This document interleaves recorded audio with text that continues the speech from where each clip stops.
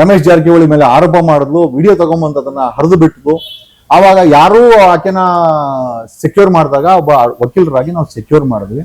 ನನಗೆ ಗೊತ್ತಿಲ್ಲ D K ಶಿವಕುಮಾರ್ಗೂ Ramesh ಜಾರಕಿಹೊಳಿಗೂ ಎಣ್ಣೆ ಸಿಗಕ್ಕಾಗಿದೆ ಅಂತ ನನಗಂತೂ ಖಂಡಿತ ಗೊತ್ತಿಲ್ಲ. ಲಾಕ್ ಮಾಡಾಕು ಅಂತ ಒಂದಷ್ಟು ಹೇಳಿದ್ರು. ಪಾಸಿಬಲ್ ಹೆಣ್ಮಗಳ ಮೇಲೆ ಡಿ ಕೆ ಶಿವಕುಮಾರ್ ಹೇಳಿದ್ರೆ ಈ ಮಾತನ್ನ ಡೆಫಿನೆಟ್ ಆಗಿ ಯಾಕೆ ನನಗೇನಾಗಬೇಕಾಗಿದೆ. ಐ ಥಿಂಕ್ ರವಿ ಗಾಣಿಗ ಇದ್ದ, ಆಮೇಲೆ ಅಡ್ವೊಕೇಟ್ ಅಹಮದ್ ಇದ್ರು, ಸೂರ್ಯ ಮುಕುಂದರಾಜ್ ಇದ್ದ, ಒಂದಷ್ಟು ಜನ ಇದ್ರು. ಅವ್ರ ಮುಂದೆ ಅವ್ರೇ ಹೇಳಿದ್ರು, ಬೇಡಪ್ಪ ಇನ್ 3 ಲಕ್ಷನೂ ಬೇಡ, ನಿನ್ ಸವಾಸನೆ ಬೇಡ ಅಂತೇಳಿ ಒಂದ್ ದೊಡ್ಡ ನಮಸ್ಕಾರ ಹಾಕಿ ಕಳಿಸ್ದೆ. ನಾವು ಹೋಗ್ಬಾರ್ದಾಗಿತ್ತು ಆ ಹೆಣ್ಣು ಮಗಳ ವಿಚಾರಕ್ಕೆ. ನಾನು ಹೋದೆ. ಆ ರೀತಿ ನಾನು ಡೀಲ್ ಮಾಡ್ಕೊಳ್ಬೇಕು ಅಂದ್ರೆ ರಮೇಶ್ ಜಾರಕಿಹೊಳಿ ಕಡೆಯಿಂದಾನೇ ನನ್ಗೆ ಆಫರ್ ಸಿಕ್ತು, ತಗೊಳ್ಬೋದಾಗಿತ್ತು. ಈ ಅಪ್ಪನ ಹತ್ರ ನಾನು 3 ಲಕ್ಷ 60 ಲಕ್ಷ ಇಸ್ಕೊಳೋ ಅವಶ್ಯಕತೆ ಇರಲಿಲ್ಲ. ಸರ್, ಒಂದು ಸಾಮಾಜಿಕ ಜಾಲತಾಣದಲ್ಲಿ ನಿಮ್ಮ ಒಂದು ವಿಡಿಯೋ ನೋಡಿದ್ವಿ. ರಮೇಶ್ ಜಾರಕಿಹೊಳಿ ಬಗ್ಗೆ, ಹನಿ ಟ್ರಾಪ್ ಬಗ್ಗೆ 65 ಲಕ್ಷ ರೂಪಾಯಿನ ಡೀಲ್ ಫಿಕ್ಸ್ ಮಾಡಿಕೊಂಡಿದ್ದಾರೆ ಅಂತ ಹೇಳ್ಬಿಟ್ಟು ಆರೋಪ ಮಾಡಿದ್ದೆ. ಡಿ ಕೆ ಶಿವಕುಮಾರ್ ಬಗ್ಗೆ ಸರ್ ಡೀಲ್ ಅಂತ ನಾನು ಹೇಳಿಲ್ಲ. ನಾನು ದಯವಿಟ್ಟು ಮತ್ತೊಮ್ಮೆ ವಿಡಿಯೋ ನೋಡಿ ನೀವು. ನಾವ್ ಹೇಳಿದ್ದೇನು ಅಂತಂದ್ರೆ ಆ ಹೆಣ್ಣುಮಗಳು ಹತ್ಕೊಂಡು ಬಂದು 3 ತಿಂಗಳು ಅದೆಲ್ಲ ನಡೀತು. ರಮೇಶ್ ಜಾರಕಿಹೊಳಿ ಮೇಲೆ ಆರೋಪ ಮಾಡಿದ್ಲು, ವಿಡಿಯೋ ತಗೊಂಬಂತದನ್ನ ಹರಿದು ಬಿಟ್ಟು, ಆವಾಗ ಯಾರು ಆಕೆನ ಸೆಕ್ಯೂರ್ ಮಾಡಿದಾಗ ಒಬ್ಬ ವಕೀಲರಾಗಿ ನಾವು ಸೆಕ್ಯೂರ್ ಮಾಡಿದ್ವಿ.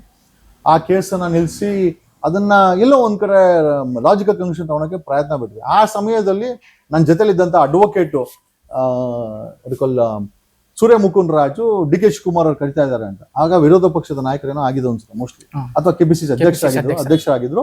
ಸರಿ, ಈಗ ಒಬ್ಬ ಕೆಪಿಸಿಸಿ ಅಧ್ಯಕ್ಷ ಕರೆದಾಗ ನಾವು ಹೋಗ್ಲೇಬೇಕಲ್ವಾ. ಸೊ ಹೋದಾಗ ಬ್ರೀಫ್ ಮಾಡಿ ಅಂತಂದ್ರು, ಕೇಸ್ ಬಗ್ಗೆ ಬ್ರೀಫ್ ಮಾಡಿದ್ರಿ. ನನಗೆ ಗೊತ್ತಿಲ್ಲ ಡಿ ಕೆ ಶಿವಕುಮಾರ್ಗೂ ರಮೇಶ್ ಜಾರಕಿಹೊಳಿಗೂ ಎಣ್ಣೆ ಸಿಗಕ್ಕಾಗಿದೆ ಅಂತ ನನಗಂತೂ ಖಂಡಿತ ಗೊತ್ತಿಲ್ಲ. ಆಮೇಲೆ ಆ ಹೆಣ್ಣು ಮಗಳು ಕಣ್ಣೀರು ಜೆನ್ಯೂನ್ ಅನ್ಕೊಂಡು ನಾವು ಕೇಸ್ ತಗೊಂಡಿದ್ದೇವೆ ಹೊರತು ಆಕೆ ಹನಿ ಟ್ರ್ಯಾಪ್ ಅಂತ ಗೊತ್ತಿದ್ರೆ ನಾನು ಖಂಡಿತವಾಗಿ ಕೇಸ್ ತಗೊಂತ ಇರಲಿಲ್ಲ. ಮುಂದಿನ ಡೆವಲಪ್ಮೆಂಟ್ ಅಲ್ಲಿ ಗೊತ್ತಾಗಿದ್ದೇನು ಅಂತಂದ್ರೆ, ಅಲ್ಲಿಗೆ ಹೋದಾಗ ಡಿ ಕೆ ಶಿವಕುಮಾರ್ ಅವರು ರಮೇಶ್ ಜಾರಕಿಹೊಳಿನ ಚೆನ್ನಾಗಿ ಲಾಕ್ ಮಾಡಾಕು ಅಂತ ಒಂದಷ್ಟು ಹೇಳಿದ್ರು. ಪಾಸಿಬಲ್ ಹೆಣ್ಮಗಳ ಮೇಲೆ ಡಿ ಕೆ ಶಿವಕುಮಾರ್ ಹೇಳಿದ್ರೆ ಈ ಮಾತನ್ನ ಡೆಫಿನೆಟ್ ಆಗಿ ಯಾಕೆ ನನಗೇನಾಗಬೇಕಾಗಿದೆ. ನನಗೇನು ಖುದ್ದಾಗಿ ಅಂತಂದ್ರೆ 4-5 ಸತಿ ಭೇಟಿ ಮಾಡಿದ್ದಾರೆ. ಅವ್ರ ಮನೇಲಿ ಒಂದ್ಸತಿ, ಕೆಪಿಸಿಸಿ ಆಫೀಸಲ್ಲಿ ಒಂದ್ಸತಿ, ಆ HL ಚಾಪರ್ ಹತ್ರ ಒಂದ್ಸತಿ, 1-2 ಆಫೀಸಲ್ಲಿ ಭೇಟಿ ಮಾಡಿದ್ದಾರೆ.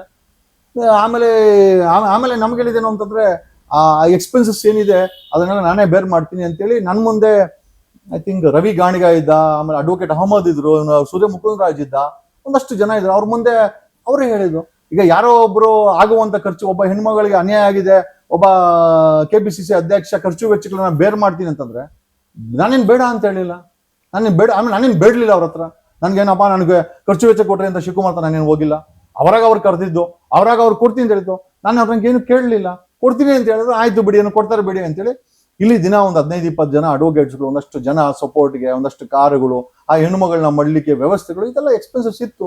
ಸೊ ಕೊಡ್ತಾರೆ ಬಿಡು, ಹೇಳೋರೆಲ್ಲ ಕೊಡ್ತಾರೆ ಬಿಡು ಅಂತೇಳಿ ನಾವು ಕೈಲಿ ಹಾಕಿ ಖರ್ಚು ಮಾಡಿದೆ ಹೊರತು ಆಯಪ್ಪ ಏನು 1 ರೂಪಾಯಿ ಕೊಡ್ಲಿಲ್ಲ. ನಮ್ಮ ಪ್ರಶ್ನೆ ಏನಪ್ಪ ಅಂತಂದ್ರೆ, ಇಷ್ಟು ದೊಡ್ಡ ವ್ಯಕ್ತಿಯಾಗಿ ನಾನು ಇವತ್ತು ದುಡ್ಡನ್ನು ಕೇಳ್ತಾ ಇಲ್ಲ. 1400 ಕೋಟಿ ಡಿಕ್ಲೇರ್ ಮಾಡಿ ಕೆಪಿಸಿಸಿ ಅಧ್ಯಕ್ಷ ಆಗಿ ಆವತ್ತಿನ ತೀಟೆಗೆ ನಮ್ಮನ್ನು ಬಳಸ್ಕೊಂಡಲ್ಲ, ಜವಾಬ್ದಾರಿ ಇರ್ಬೇಕಲ್ಲ. ಇದು ಯಾವ್ದು ಡೀಲು ಅಲ್ಲ, ಹನಿ ಟ್ರ್ಯಾಪು ಅಲ್ಲ, ನನಗೆ ಡೀಲು ಅಲ್ಲ. ಒಪ್ಕೊಂಡಂತ ಮಾತಿಗೆ ಕೊಡ್ಬೇಕಾದಂತ ಜವಾಬ್ದಾರಿ ಕೊಟ್ಟಿಲ್ಲ ಅಂತ ಹೇಳಿದೆ ಅಂದ್ರೆ, ಈ ವ್ಯಕ್ತಿ ಒಂದು ಸಣ್ಣ ಜವಾಬ್ದಾರಿನೇ ಮರಿತಾನಲ್ಲ. ಮುಂದಿನ ದಿನ CM ಆಗೋದೇನೋ, ಅಥವಾ ಇವತ್ತು ಏನೋ ಕಮಿಷನ್ ಆರೋಪ ಸಹ ಹೊತ್ತಿದ್ದಾನೆ. ಇಂಥ ವ್ಯಕ್ತಿಗಳನ್ನ CM ಮಾಡಿದ್ರೆ ಏನಾಗ್ಬಹುದು ಅನ್ನೋದಕ್ಕೋಸ್ಕರ ನಾನು ಹೇಳಿದಂತ ಮಾತು ಇವತ್ತು. ಆಮೇಲೆ ಒಂದು 3 ಲಕ್ಷ ಇಲ್ಲಿಗೆ ಕಳಿಸಿದ್ರು, ನಾನು ವಾಪಸ್ ಕಳಿಸ್ದೆ 3 ಲಕ್ಷ. ಇವಾಗಲ್ಲ, ಆ ಸಮಯದಲ್ಲಿ 3 ಲಕ್ಷ ಅಲ್ಲಿ ಕಳಿಸಿದ್ರು. ಖರ್ಚಾಗಿದ್ದು ಒಂದು 55-60 ಲಕ್ಷ ಖರ್ಚಾಗಿತ್ತು. ಅದನ್ನ ಬಿಟ್ಟು 3 ಲಕ್ಷ, ಈಗ ಅದೇ 3 ಲಕ್ಷ ಕೊಟ್ಬಿಟ್ಟು ಜಗದೀಶ್ ಕಾಸು ಕೊಟ್ಟೆ ಅಂತ ಹೇಳ್ಕೊಂಡ್ಬಿಡ್ತಾರೆ ಅಂತೇಳಿ 65 ಲಕ್ಷಕ್ಕೆ 3 ಲಕ್ಷ ರೂಪಾಯಿ ಇಲ್ಲಿ ತಂದಿದ್ರು. ಇಲ್ಲಿ ತಂದು ಕೊಡಕ್ ಬಂದು ನಾನು ವಾಪಸ್ ಕಳಿಸ್ದೆ. ಬೇಡಪ್ಪ ನಿನ್ 3 ಲಕ್ಷನೂ ಬೇಡ, ನಿನ್ ಸವಾಸನೆ ಬೇಡ ಅಂತೇಳಿ ಒಂದ್ ದೊಡ್ಡ ನಮಸ್ಕಾರ ಹಾಕಿ ಕಳಿಸ್ದೆ. ನಾವು ಹೋಗ್ಬಾರ್ದಾಗಿತ್ತು ಆ ಹೆಣ್ಣುಮಗಳ ವಿಚಾರಕ್ಕೆ. ನಾನು ಹೋದೆ, ಸರಿನೋ ತಪ್ಪ ಗೊತ್ತಿಲ್ಲ, ಹೋರಾಟ ಮಾಡಿದ್ವಿ, ಎಕ್ಸ್ಪೆನ್ಸಸ್ ಬೇರ್ ಮಾಡಿದ್ವಿ, ಸುಮ್ಮನೆ ಆದ್ವಿ. ಸೆಂಟ್ರಲ್ಲಿ ಡಿ ಕೆ ಶಿವಕುಮಾರ್ ಬಂದ, ಏನೋ ಅದ್ರ ಅಡ್ವಾಂಟೇಜ್ ತಗೊಂಡ. ಆಮೇಲೆ ಅದೇ ಹೇಳ್ತಾರಲ್ಲ, ಅರ್ಧಂಬರ್ಧ ಅದೇ ಹೇಳ್ತಾರಲ್ಲ, ಬೆಟ್ಟ ಆಗಿದ್ದಕ್ಕೆ ಕಲ್ ಕೊಡಕ್ ಬಂದು ನಾನು ಬೇಡಪ್ಪ ಅಂತಂದೆ. ಯಾಕೆ ಈ ಟೈಮಲ್ಲಿ ಹೇಳ್ಬೇಕು ಅಂತಂದ್ರೆ, ಒಂದು 1400 ಕೋಟಿ ಡಿಕ್ಲೇರ್ ಮಾಡಿರೋ ಡಿ ಕೆ ಶಿವಕುಮಾರ ಒಂದು ಸಣ್ಣ ಆರ್ಥಿಕ ಜವಾಬ್ದಾರಿನ ಹೊರ್ಲಿಕ್ಕೆ ಆಗಲ್ಲ, ಮೈಲೇಜ್ ತಗಂತಾನೆ ಅಂತಂದ್ರೆ, ಈತನ ಮಾನಸಿಕ ಸ್ಥಿತಿಯನ್ನ ಕರ್ನಾಟಕ ಜನತೆಗೆ ತಿಳಿಸ್ಬೇಕಾಗಿತ್ತು, ತಿಳಿಸಿದೀನಿ. ಆ ರೀತಿ ನಾನು ಡೀಲ್ ಮಾಡ್ಕೊಳ್ಬೇಕು ಅಂದ್ರೆ ರಮೇಶ್ ಜಾರಕಿಹೊಳಿ ಕಡೆಯಿಂದಾನೇ ನನ್ಗೆ ಆಫರ್ ಸಿಕ್ತು, ತಗೊಳ್ಬೋದಾಗಿತ್ತು. ಈ ಅಪ್ಪನ ಹತ್ರ ನಾನು 3 ಲಕ್ಷ 60 ಲಕ್ಷ ಇಸ್ಕೊಳೋ ಅವಶ್ಯಕತೆ ಇರಲಿಲ್ಲ. ಆವತ್ತೇ ನೈತಿಕತೆಯನ್ನ ಮೆರೆದಿದ್ದೀವಿ, ಇವತ್ತು ಮೆರಿತಾ ಇದ್ದೀರಿ. ಬಟ್ ಊಸರವಳ್ಳಿ ರಾಜಕಾರಣಿಗಳ ಬಗ್ಗೆ ಕರ್ನಾಟಕ ಜನತೆಗೆ ಅರಿವಾಗ್ಲಿ ಅಂತ ಹೇಳಿದೆ. ಈ ಪ್ರಕರಣ ಮುಗಿದ ನಂತರ ರಮೇಶ್ ಜಾರಕಿಹೊಳಿ ಅವರು ನಿಮ್ಗೆ ಏನಾದ್ರು ಕಾಂಟ್ಯಾಕ್ಟ್ ಮಾಡ್ಬಿಟ್ಟು ಫೋನ್ ಆದ್ರೆ ನಿಮ್ಮಲ್ಲಿ ಏನಾದ್ರು ಮಾತಾಡ್ಬೇಕಂತ ಖುದ್ದಾಗಿ ಇಲ್ಲ ಅಂತ ಹೇಳ್ತಲ್ಲ, ಆ ಕಡೆಯಿಂದ ಅವರೇ ಮಾಡ್ದಿರಲ್ಲ ಅಂತಂದ್ರು ಅವ್ರಿಗೆ ಬೇಕಾದವ್ರು ಎಷ್ಟೋ ಜನ ಕಾಂಟ್ಯಾಕ್ಟ್ ಮಾಡಿದ್ದಾರೆ, ಇಲ್ಲ ಅಂತ ಹೇಳ್ತಾ ಇಲ್ಲ.